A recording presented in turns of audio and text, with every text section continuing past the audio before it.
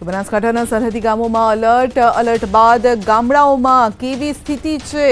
MLA Swarupji Thakor સરહદી વિસ્તારની મુલાકાતે સુઈગામ આસપાસના વિસ્તારની તેઓએ મુલાકાત લીધી છે. વર્તમાન સ્થિતિને લઈ સ્થાનિક તંત્રની સૂચનાનું પાલન કરવા અને ગભરાવવું નહીં તે અંગે પણ તેઓએ વાતચીત કરી લોકોને માર્ગદર્શન આપ્યું. સ્થાનિકો તંત્ર અને બીએસએફને મદદ થવા પરિસ્થિતિમાં અત્યારે જે પરિસ્થિતિ છે તેમાં મદદરૂપ થવા માટે સહયોગ કરવા માટે લોકો પણ તત્પર હોય તે પ્રકારની વિગતો મળી રહી છે.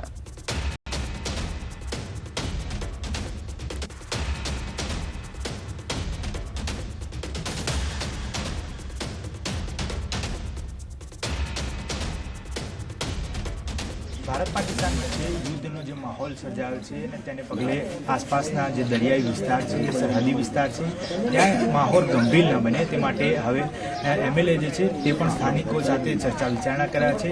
અત્યારે હાલ આપણે સુઈગામ વિસ્તારના જલોયા ગામ છે ત્યાં આગળ પહોંચ્યા છે અને સ્વરૂપજી ઠાકોર વાવ ધારાસભ્ય છે તેમની સાથે વાતચીત કરીશું.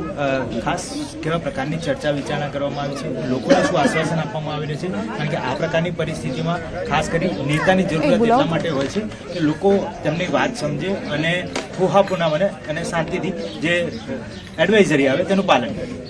જ્યારથી આ પરિસ્થિતિ ભારત પાકિસ્તાન સાથે સર્જાય છે કે કોઈ અણબનાવ ના બને એના માટે જો યુદ્ધના એંધાણ વાગી રહ્યા છે અને બોર્ડર લાઇનના ગામોની અંદર બારા વિસ્તારની અંદર તમામ પાકિસ્તાન બોર્ડર આવે છે એ ગામના લોકોને આજે મુલાકાત કરી રહ્યા છીએ અને એમને સમજાવી રહ્યા છે કે જે સરકારશ્રી અને તંત્રને જે પણ સૂચના હોય એ ચુસ્તપણે પાલન કરી અને આપણે સાવચેતી રાખીએ એના માટે લોકોને સમજાવી રહ્યા છે. આજે જલોયા ગામમાં આવ્યા હતા અને જલોયા ગામમાં પણ લોકો એકઠા થયા અને એમને પણ ચર્ચા કરી અને જે પણ સરકારશ્રી અને તંત્રની સૂચના મુજબ આપણે કામ કરીશું અને જ્યાં આપણા જવાનોને આપણી જરૂર પડે અગાઉ પણ જલોયાની અંદર જે અગાઉ પણ ભારત પાકિસ્તાનનું યુદ્ધ થયું એમાં પણ અહીંના લોકોએ મદદ કરેલી એ રીતે આ વખતે પણ કદાચ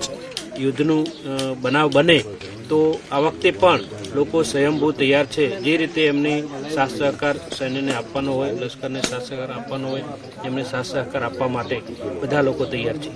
સ્વરૂપજી, જે રીતે વિગતો મળી રહી છે કે જલોયા ગામના કેટલાક પગીઓ પણ રહી ચૂક્યા છે. 1971માં જ્યારે બોર્ડર ઉપર આ પ્રકારની મદદની જરૂર હતી ત્યારે પગી તરીકે પણ તેમનો રસ્તો અને રાહ જે છે તે બતાવી છે.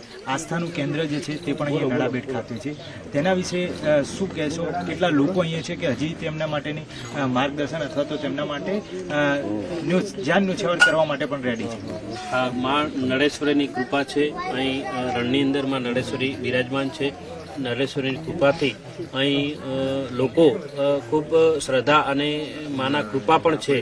એટલે અહીં કંઈ પણ અણબનાવ બનતો હોય ત્યારે માની કૃપા રહે જ છે અને અહીંના લોકોએ હંમેશા ગમે ત્યારે ભારત પાકિસ્તાનનું યુદ્ધ થયું હોય તો ત્યારે અહીંના લોકોએ ખૂબ મદદ કરી છે. જે રીતે એમને આવડત હતી એ રીતે એમને ખૂબ મદદ કરી છે. ખાસ આવી પરિસ્થિતિમાં સરકારી તંત્ર સાથે સ્થાનિકોએ કેવી રીતે તાલમેલ મેળવવો જોઈએ? આની પહેલાં જ્યારે મોકડ્રીલ થતી હતી ત્યારે તે લોકોએ સહયોગ આપ્યો હતો, હવે પછી શું સૂચન કરવામાં આવે તો તે લોકોનું પાલન કરશે? દરેક ભારતના દરેક નાગરિક અને દરેક હિન્દુસ્તાની બધા લોકો સાથે મળીને જે રીતે એમને સહયોગ આપવો પડે એ રીતે સહયોગ આપી અને સાથે મળી અને ભારતની રક્ષણ કરવા માટે સૌ લોકો તૈયાર છે. બિલકુલ. તો આ હતા જે ધારાસભ્ય, તેમનું કહેવું છે કે સાથે સાથે અહીંના પગી જે છે રહી ચૂકેલા તે લોકોએ તો મદદ કરી હતી, પરંતુ હવે તેમના વડદાદા કહી શકાય તે લોકો અને અહીંના જે સ્થાનિકો જે છે તે પણ અત્યારે હાલ તેમની તંત્રની અને સાથે સાથે બોર્ડરમાં ફૌજીઓની પણ મદદ કરવા માટે તંત્ર સાથે તાલમેલ કરવા તૈયાર છે. કેમેરા પર્સન શ્રેણિક મહેતા સાથે મૌલિક દામેચા, ન્યૂઝ 18. સરહદી વિસ્તારમાં આર્મીથી લઈ સ્થાનિકોની કેવી મદદ થતી હોય છે અને કેવી રીતે મદદરૂપ થતા હોય છે તેનું ઉદાહરણ જે છે રણછોડ પગીની સાથે અનેક એવા ગામમાં સરહદી વિસ્તારમાં જે ગાર્ડ તરીકે જોડાયેલા હતા, પગી તરીકે જોડાયેલા હતા, તેવા પરિવારજનોમાંથી એક સુઈ ગામના જલોયો ગામ છે ત્યાં આગળ આવેલું એક પરિવાર છે રાઠોડ રેવાજી જેઠાજીનો પરિવાર, જે આપ દ્રશ્યોમાં જોઈ શકો છો કે 1971 વખતે જ્યારે સરહદ પારથી આ પ્રકારનું યુદ્ધ થયું હતું ત્યારે અનેક પગીઓએ ખૂબ જ સ્થાનિક તરીકે તેમની મદદ કરી હતી. આર્મી એ સમયે નહોતી, પરંતુ એસઆરપી હતી, અને એસઆરપી સમયે આ તેમના પરિવારે જે મદદ કરી હતી તેને આજે વાગોડવી એટલા માટે જરૂરી છે કારણ કે આ એમનો પરિવાર છે કે જે યુદ્ધના સમયે પણ કદમથી કદમ મિલાવી આર્મીને મદદ કરતું હતું, અને અત્યારે હાલ પણ આવી યુદ્ધની તણાવભરી પરિસ્થિતિમાં પણ તેમને મદદ કરવા માટે તૈયાર છે. કેટલાક સ્થાનિકો છે આપણી સાથે, તેમની સાથે વાત કરીશું. અંકલ, આ જે તસવીર છે લગભગ ક્યારની હશે અને શું આમાં વાર્તા કહેવા માંગે છે?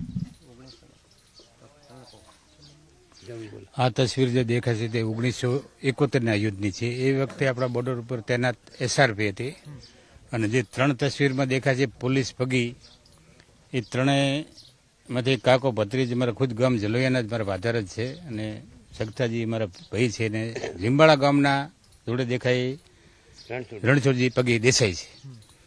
એ વખતે 71ની સાલમાં અમારો લગભગ 15 વર્ષની મારી ઉંમર હતી, પણ બધું યાદ છે એમને.